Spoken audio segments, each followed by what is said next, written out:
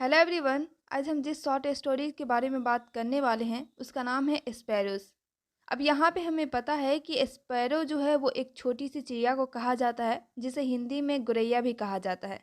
तो हमेशा की तरह इस वीडियो में सबसे पहले इस शॉर्ट स्टोरी को अच्छे से समझेंगे, उसके बाद नोट में सबसे पहले राइटर के बारे में जानेंगे और उसके बाद थोड़ा इंट्रोडक्शन देखेंगे और उसके बाद इस शॉर्ट स्टोरी में जो बताया गया है उसे जानेंगे और लास्ट में इस शॉर्ट स्टोरी का कंक्लूजन देखेंगे। तो चलिए वीडियो शुरू करते हैं। इस शॉर्ट स्टोरी का जो मेन कैरेक्टर है वो 50 साल का एक किसान है जिसका नाम रहीम खान होता है। इस स्टोरी के शुरुआत में रहीम खान के बिहेवियर के बारे में बताया जाता है कि उसका बिहेवियर इतना ज़्यादा हार्श और क्रूएल है कि गांव का हर इंसान उससे नफरत करता है। रहीम खान हर किसी के साथ एक जैसा बिहेव करता है, चाहे वो बच्चे हो या फिर कोई जानवर। हर किसी के साथ बुरा व्यवहार करता है और इसी वजह से किसी की हिम्मत नहीं होती है कि वो रहीम खान से बात तक कर सके। और रहीम खान का बिहेवियर इतना ज़्यादा हार्श है कि बच्चे जब खेल रहे होते हैं तो उसे देखते ही वहाँ से चले जाते हैं। रहीम खान का बिहेवियर इतना बुरा तो था, लेकिन वो हमेशा से इस तरीके के नहीं थे।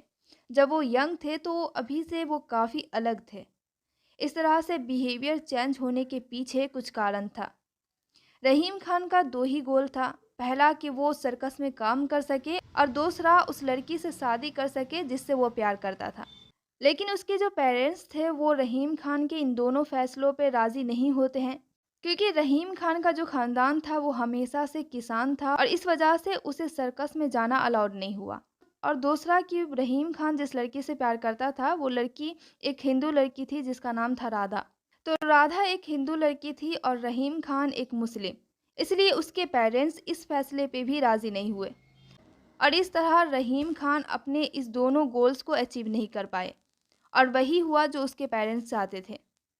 एक मुस्लिम लड़की से रहीम खान की शादी हो गई और अपने पूर्वजों की तरह वो भी एक फार्मर बन गया।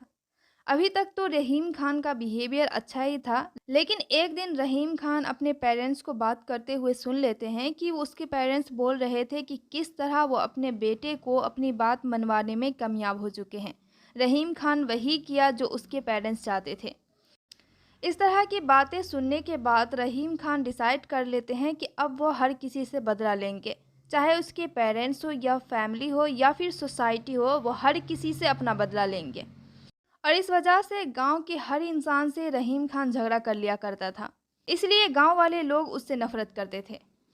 रहीम खान के रिवेंज की सबसे पहली जो टारगेट बनी वो थी उसकी वाइफ। वो अपनी वाइफ के साथ बहुत ही बुरा व्यवहार करता था, उसे मारता पीटता था। और तब तक रहीम खान के पास दो बेटे भी थे, बड़े का नाम था बुंदू और छोटे का नाम था नूरू। वो दोनों भी रहीम खान के बिहेवियर से परेशान हो चुके थे और आज से 6 साल पहले ही रहीम खान का बड़ा बेटा बुंदू उसे छोड़ करके चला गया था और उसके 3 साल बाद ही उसका छोटा बेटा नूरू भी उसे छोड़कर चला गया था और अब उसके पास सिर्फ उसकी पत्नी थी। लेकिन एक दिन जब रहीम खान अपने खेत से वापस आ रहा था तो उसकी पड़ोसी उसे बताती है कि उसकी वाइफ भी उसे छोड़कर जा चुकी है और कुछ टाइम में वो वापस भी आ जाएगी।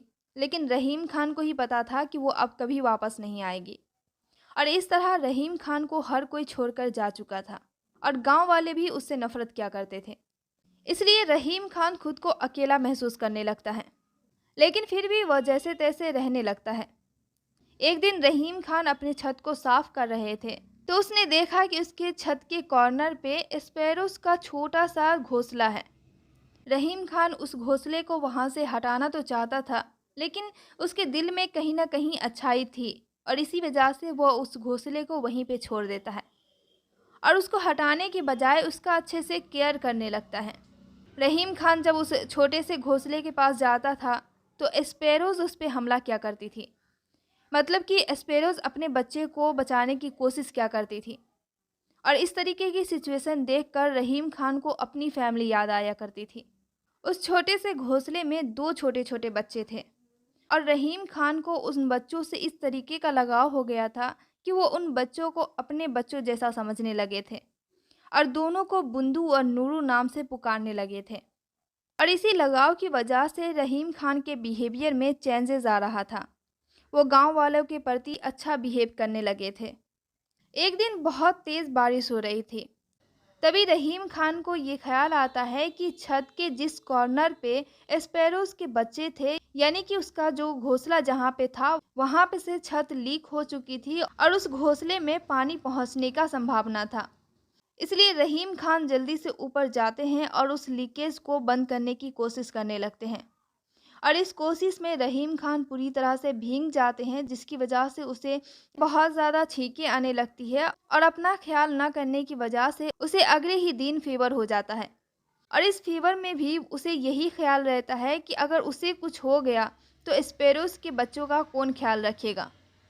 रहीम खान अपने फीवर की वजह से बाहर जाना भी बंद कर दिया और जब 2-3 दिन के बाद भी रहीम खान बाहर नहीं गए तो गांव वालों को उनकी चिंता होने लगी। इसलिए वह उनकी वाइफ और बच्चों को बुलाए ताकि वो उसे चेक करे कि रहीम खान ठीक है या नहीं।